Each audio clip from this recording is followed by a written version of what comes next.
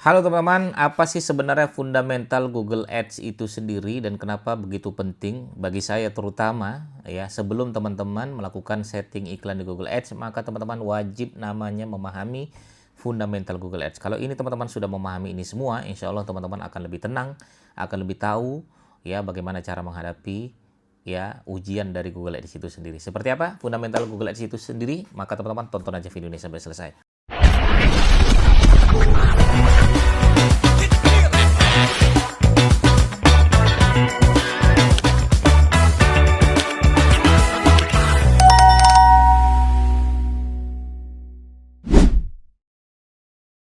Oke ya, teman-teman, kalau kita berbicara tentang masalah fundamental Google Ads ini ya, ini saya pun kalau bahas tentang SEO ya sebelum kita setting, sebelum kita mempersiapkan segala sesuatu ya, maka fundamental ini tetap harus kita jaga teman-teman. Karena kalau ini sudah gagal paham, kita mau setting pakai tools apapun ya pasti akan gagal paham juga gitu kan. Apalagi SEO tools AI sudah banyak sekali gitu. Tapi kalau fundamentalnya nol ya teman-teman nggak tahu arah SEO itu kemana. Sama Google Ads juga, kalau teman-teman tidak memahami ya secara fundamental Google Ads itu seperti apa, ya teman-teman nanti ya arah Google Ads itu ya tidak memahami ya, secara total. Taunya ya bikin campaign, upload, nambah saldo, udah tunggu. Ya bukan seperti itu teman-teman sekalian. Baik, kita akan bedah teman-teman sekalian masalah fundamental Google Ads ini sendiri. Baik ya. Yang pertama, teman-teman harus memahami namanya iklan di Google Ads itu bukan sekedar penjualan. Itu teman-teman harus memahami itu ya. Karena campaign itu ada banyak jenis ya. Campaign itu ada banyak jenis. Ada jenisnya adalah sales ya. Emang penjualan itu ada karena emang itu jenisnya. Tapi ada juga jenis nama campaign nama traffic. Ada jenis campaign namanya leads atau prospek gitu kan. Ada juga nanti ada lokal ya, main di maps ya. Ada juga emang sekedar lewat iklan kita gitu kan. Ada juga iklan kita muncul hanya di sekedar lewat tadi display yang muncul di website orang lain ya dan lain sebagainya. Nah, artinya kalau kita beriklan di Google Ads itu tidak serta-merta semuanya harus mengarah ke penjualan. Itu yang harus teman-teman pahami. Namanya iklan ya, tujuan beriklan itu pada dasarnya adalah bagaimana website kita bisa mempertahankan di posisi terbaik ketika orang mencari. Itu yang harus teman-teman pahami. Artinya, contoh misalnya seperti ini. Anggaplah saya punya toko. Ya, saya punya toko. Nah, toko saya ini ketika ada orang datang cuman sekedar lewat, boleh nggak? Orang lihat-lihat toko saya dari luar boleh nggak? Boleh-boleh saja. Atau saya punya toko, ya. Orang datang ke toko saya, ya masuk, ya kemudian dia lihat jualan produk apa saja, kemudian dia pulang nggak jadi beli, boleh nggak? Ya boleh, ya. Jadi iklan Google Ads itu, ya orang datang ke website kita, ya datang ya nggak beli, boleh nggak? Ya boleh-boleh aja, ya. Itu namanya traffic teman-teman sekalian, ya boleh, karena goals kita ada juga ke situ, gitu. Makanya ya apakah orang yang masuk ke website, apakah orang ngeklik ke ngeklik ke Google ya kemudian ngeklik website kita apakah langsung beli? Ya kita nggak bisa memaksa mereka untuk langsung beli. Itu pentingnya kita belajar lagi namanya copywriting, pentingnya tampilan website dan lain sebagainya. Oke, itu yang pertama. Yang kedua adalah fundamental iklan Google Ads ini adalah kita menawarkan produk sama orang yang sudah niat beli. Itu yang harus teman-teman pahami. Ya, berbeda dengan yang lain. Kalau kita bermain di wilayah mesin pencari, ya ada orang ngetik di mesin pencari Google dan itu adalah bagian dari penelusuran. Kalau kita targetnya adalah penelusuran, berarti orang tersebut sudah ada niat untuk beli. Contoh misalnya, ya.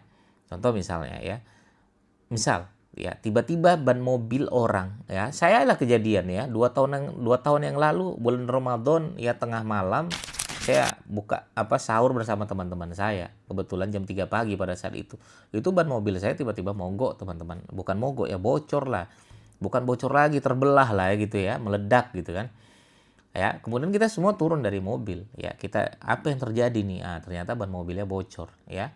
Apa yang kita cari? Ya, tambal ban 24 jam mobil. Tambal ban 24 jam terdekat dari sini. Tambal ban mobil terdekat.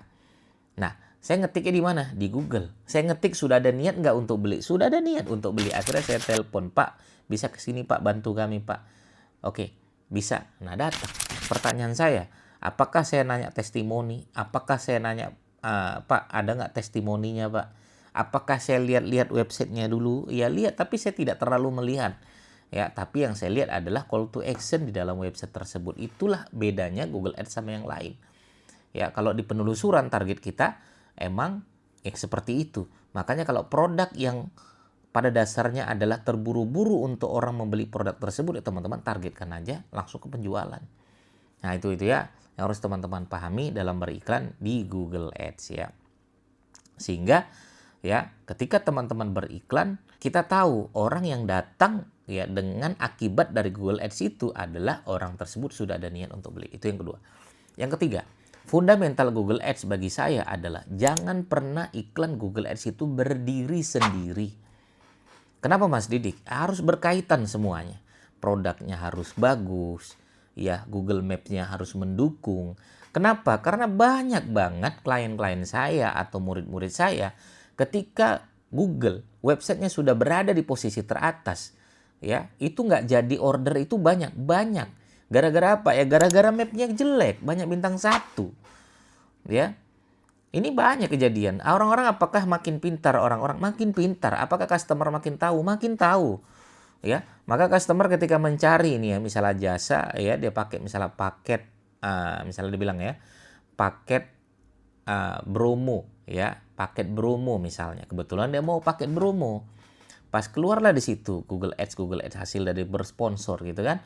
Nah keluar nama brandnya ya. Apakah orang langsung percaya? Saat ini orang nggak langsung percaya teman-teman. Yang dia lihat orang-orang mereka ngecek mapsnya. Apakah mapsnya banyak bintang 1-nya? Jangan-jangan ternyata banyak bintang 1 yang pakai jasa ini. Ya ternyata HP-nya Android. Ternyata mereka pelayanannya buruk dan lain sebagainya. Nah bukan salah iklan Google Ads-nya, bukan. Tapi karena emang orang tersebut sudah datang ke website tersebut, sudah datang untuk melihat brand tersebut, ketika dicek di Google Maps-nya ternyata brandnya bermasalah. Makanya jangan pernah Google Ads itu berdiri sendiri. Nah, apakah Maps itu sudah membantu? Membantu. Kalaupun sudah bintang 5 semua, kalaupun sudah bagus mapnya semua, apakah sudah terselamatkan? Belum tentu juga. Mereka akan melihat Instagramnya, apakah komentarnya ditutup, apakah Instagram video-videonya bagus, ya apakah postingnya rutin, media sosialnya eksis atau tidak. Itu juga berpengaruh teman-teman sekalian. Maka, Mas ini banyak kok yang masih yang WA, Mas ini banyak kok yang klik Mas, tapi kok nggak ada yang order? Yang nggak ada yang order karena produknya jelek. Salah satunya itu karena mapnya banyak bintang 1. Karena brandingnya emang sudah jelek. Maka branding, Google Ads saling berkaitan. Maka Google Map, Google Ads saling berkaitan. Maka media sosial, Google Map saling berkaitan teman-teman sekalian. Itu fundamental Google Ads yang teman-teman harus tanamkan. 3 ini dulu ya. Nanti kita bahas lagi yang lain untuk fundamental Google Ads yang berikutnya. Untuk teman-teman yang belum paham masalah 3 ini, coba nanti diulang lagi. Mudah-mudahan bisa paham. Terima kasih teman-teman sekalian. Semoga manfaat ya. Ya, semangat terus untuk berikan di Google Ads. Assalamualaikum warahmatullahi wabarakatuh. Bye-bye.